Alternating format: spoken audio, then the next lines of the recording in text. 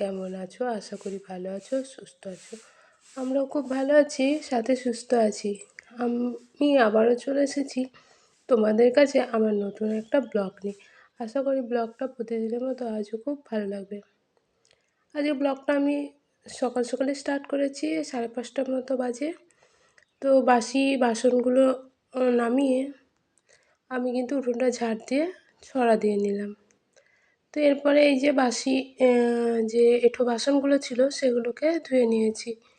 ছেলে এখনও ঘুম থেকে ওঠেনি, আর হাজব্যান্ড উঠে রাস্তা দিয়ে বেরিয়েছে। তারই ফাঁকে কাজগুলো করছিলাম, এরই মধ্যে ছেলে কিন্তু উঠে পড়েছে। তো আমি বাইরের সমস্ত কাজগুলো করে ঘরে চলে এসেছি। ঘরে এসে প্রথমে ওই ঘরটাকে খুলে নিলাম, তারপরে বাসি বিছানা তুলে ঘরটা ঝাড় দিয়ে নিচ্ছি। আর আগের দিন তো পুজো ছিল, একটু বাসন কুসন তারপরে তোমার হচ্ছে জামা কাপড় রয়েছে, সেগুলোকে সকাল সকালই কেচে নেব। তো আমি সেই মতো সব নামিয়ে কাচতে শুরু করেছি। আজ আর সার্ফ দিইনি, সব কিছু না ডেটল দিয়ে ধুয়ে দিলাম, কারণ একদিনই পরেছি, সেই জন্য আজ আর সার্ফ দিলাম না, ডেটল দিয়ে ধুয়ে নিয়েছি। ছেলের জামা কাপড় তো রোজই ডেটল দিয়ে ধোয়া হয়। একার সংসারে সকাল 5:30 থেকে উঠে এ থেকে জেড সমস্ত কাজ করতে গিয়ে কখন যে দিন থেকে রাত হয়ে যায় কিছু বোঝাই যায় না। আমি তো শুধু করতেই থাকি আর সময় শুধু এগোতেই থাকে। আর এই দেখো ছেলে আমাকে কাজে কত হেল্প করছে। আমি জামা কাপড়গুলো মেলছিলাম আর ও আমাকে বালতি থেকে একটা একটা করে তুলে দিচ্ছে। মানে ও থাকলে আমার কাজ কিন্তু না তাড়াতাড়ি হয় না, সব কিছু দেরি হয়ে যায়। সেই জন্য ও ঘুমিয়ে থাকা মানে ঘুমিয়ে থাকা যতক্ষণ ততক্ষণই কাজগুলো করে নেওয়ার চেষ্টা করি। তো সমস্ত কাজ করলাম, তারপরে কিন্তু আমি ব্রাশটা করে নিচ্ছি। আর ছেলেও দেখো আমার সঙ্গে সঙ্গে ব্রাশ করছে। আর এই যে আমি চা আজকে 1 কাপ করেছি, এবার খেয়ে নেব। হাজব্যান্ড না আজকে সকাল সকাল বেরিয়ে গেছে, তো ও চাটাও খায়নি, বলল যে বাইরে খেয়ে নেবে। আর আমি নিজের জন্য 1 কাপ চা করে খেয়ে নিচ্ছি, তারপরে সংসারের কাজে হাত দেবো। ও দুপুরবেলা আজকে আবার বাড়ি আসবে খেতে, তো রান্নাটাও করতে হবে। তো দুজনে চা আজ না খেয়ে একা একাই খেতে হলো। আর ছেলেকে অবশ্যই আগে দুধ খাইয়ে দিয়েছিলাম। তো পুজো আগের দিন হয়েছিল, আমাদের তো সেই পান্তা ভাত খেয়েছিলাম, রান্না করতে ছিল না। তো রাতে না চিড়ে তারপরে হচ্ছে মুরগি এইসব খেয়েছিলাম। তো কিছু জিনিস বাড়তি থেকে গেছে, সেগুলোকে কৌটোর মধ্যে ঢেলে নিচ্ছি, না হলে আবার খুব পিঁপড়ে লেগে যাবে। দুদিন থেকে দেখছি খুব লাল পিঁপড়ে হচ্ছে। আর এই দেখো ছেলে আমার সঙ্গে সব কেড়ে কেড়ে নিচ্ছে। তো এগুলোকে ঢেলে কৌটোর মধ্যে রেখে তারপরে কিন্তু রান্না মানে বসাতে পারবো। তো এই কৌটোর মধ্যে ঢেলে নিয়েছি, এবার এগুলোকে জায়গা মতো রেখে দেব। তো এই যে রান্নাঘরে ওদের ঠিক জায়গায় সেখানে রেখে দিলাম। সংসারটাকে ভালোভাবে বেছে ফেলেছি, তো নিজের মতো গুছিয়ে রাখার অনেক চেষ্টা করি। একা সংসারে ছেলেকে নিয়ে, ছেলে এখন ছোট, ও একটু মানে এখানে ওখানে ছিটিয়ে রাখে, কিন্তু আমি আমার মতো গুছিয়ে রাখার অনেক চেষ্টা করি। তো এই দেখো বর্ষা পড়েছে। তো আমাদের তো জানোই যারা ডেইলি ব্লগ দেখো, যে বাজার একটু দূরে হয় না, আমরা 15 দিন বা 1 মাসের মানে বাজার করে রাখি। তো বাজার বলতেই তোমার হচ্ছে গ্রসারি আইটেমগুলো। তো সেগুলোতে তোমার বর্ষাতে কেমন একটা সাদা সাদা হয়ে গেছে, আমি ওগুলোকে রোদে দিয়ে নিলাম মশলাগুলোকে। তারপরে কিন্তু ওখানে পাঁচ ভেজা ছিল ঘরের মধ্যে কিছু, ওগুলোকে জল দিয়ে ভিজিয়ে নিলাম। আজকে সন্ধ্যাবেলায় নুন ছোলা করার ইচ্ছে আছে। আর এই যে ছেলেকে লেবু, কলা মানে ফল আর খাওয়াই একটা দুটো করে।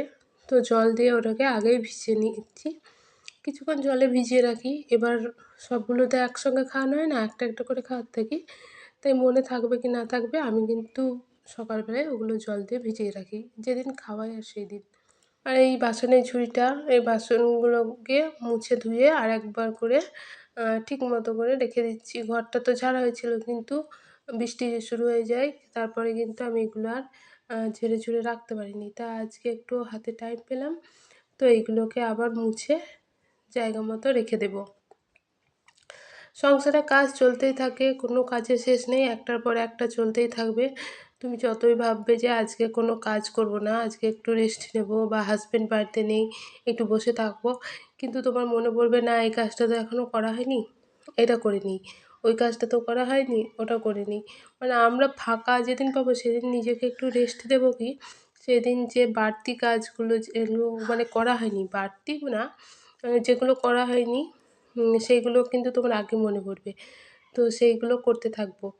তো আমি রান্নাটা বসিয়ে দিয়েছি, এর ফাঁকে দেখলাম খুবই রোদ্দুর উঠেছে। আমি তো সেই সকালবেলায় তোমার হচ্ছে জামা কাপড়গুলো মেলেছিলাম, নতুন শাড়ি, ছেলের নতুন জামা।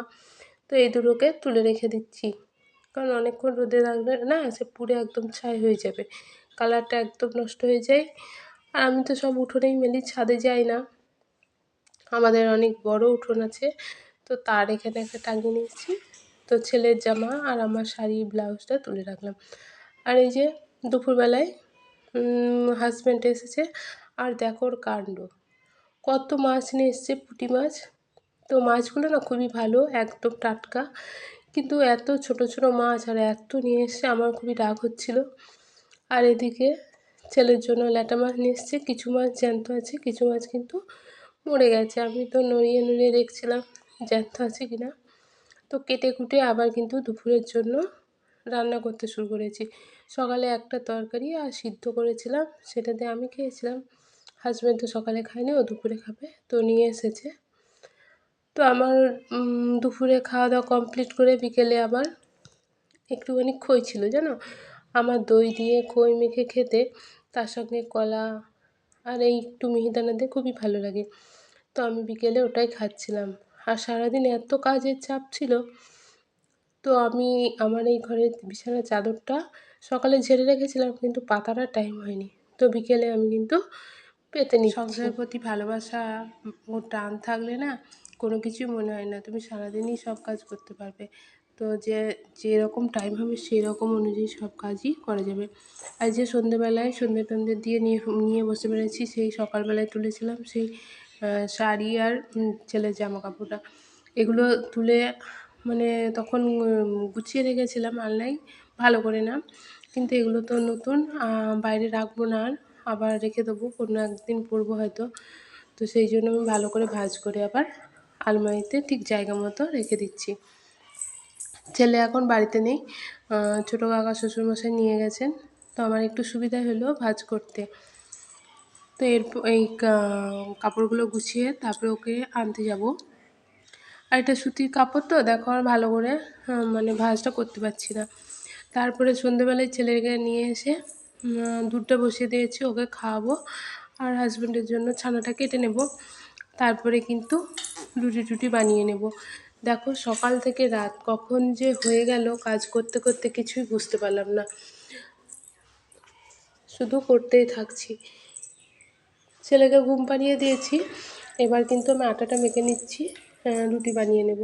হাজব্যান্ড এখনও বাড়ি আসেনি, ও আজ কিন্তু আর কোনো তরকারি করছি না রাতে। তো দুপুরবেলায় যে অনেক মাছ নিয়ে এসেছিলো, তখন কিন্তু তরকারি একটু বেশি করে করেছিলাম, তো সেটা দিয়েই খাবো। আমি তরকারি খাবো না, আমি দুধ দিয়ে খেয়ে নেব, কারণ আমার না রাতে দুধ না হলে ভালো লাগে না, রুটি দুধ খাই। তো আর হাজব্যান্ড সেই তরকারি দিয়ে খেয়ে নেবে, আর ওর জন্য তো ছানা কেটেইছি, সেই জন্য আজ আর কোনো তরকারি হচ্ছে না। তো আটা মেখে নেওয়ার পর আমি কিন্তু রুটিটা বানিয়ে নিচ্ছি। দেখো বন্ধুরা, তোমরাও আমার মতো নিশ্চয়ই এইরকম সংসারকে ভালোবেসে সকাল থেকে রাত পর্যন্ত প্রচুর পরিমাণে পরিশ্রম করে সংসারটাকেও মানে উন্নতি করার চেষ্টা করো। তো আমিও সেই আমার আজকে সকাল থেকে রাত পর্যন্ত কি কাজ করি, কিভাবে করি ছেলেকে নিয়ে, সেটা তোমাদের সাথে আজকে কিন্তু শেয়ার করলাম। কেমন লাগলো অবশ্যই জানিও। তো কমেন্টের মাধ্যমে কমেন্ট করলে, ভালো বা খারাপ যাই লাগুক না কেন, যেমন লেগেছে তোমাদের সেরকম যদি বলো, তাহলে কিন্তু আমার অবশ্যই ভালো লাগবে, মানে আমি আমার ভুল ত্রুটিগুলো ধরতে পারবো। আর এই যে 10টা বেজে গেছে, ছেলেকে খাইয়ে দিয়েছি, আমরাও খেতে বসেছি। আমি তো রুটি দুধ খাবো, একটা রসগোল্লা নিয়ে নিয়েছি।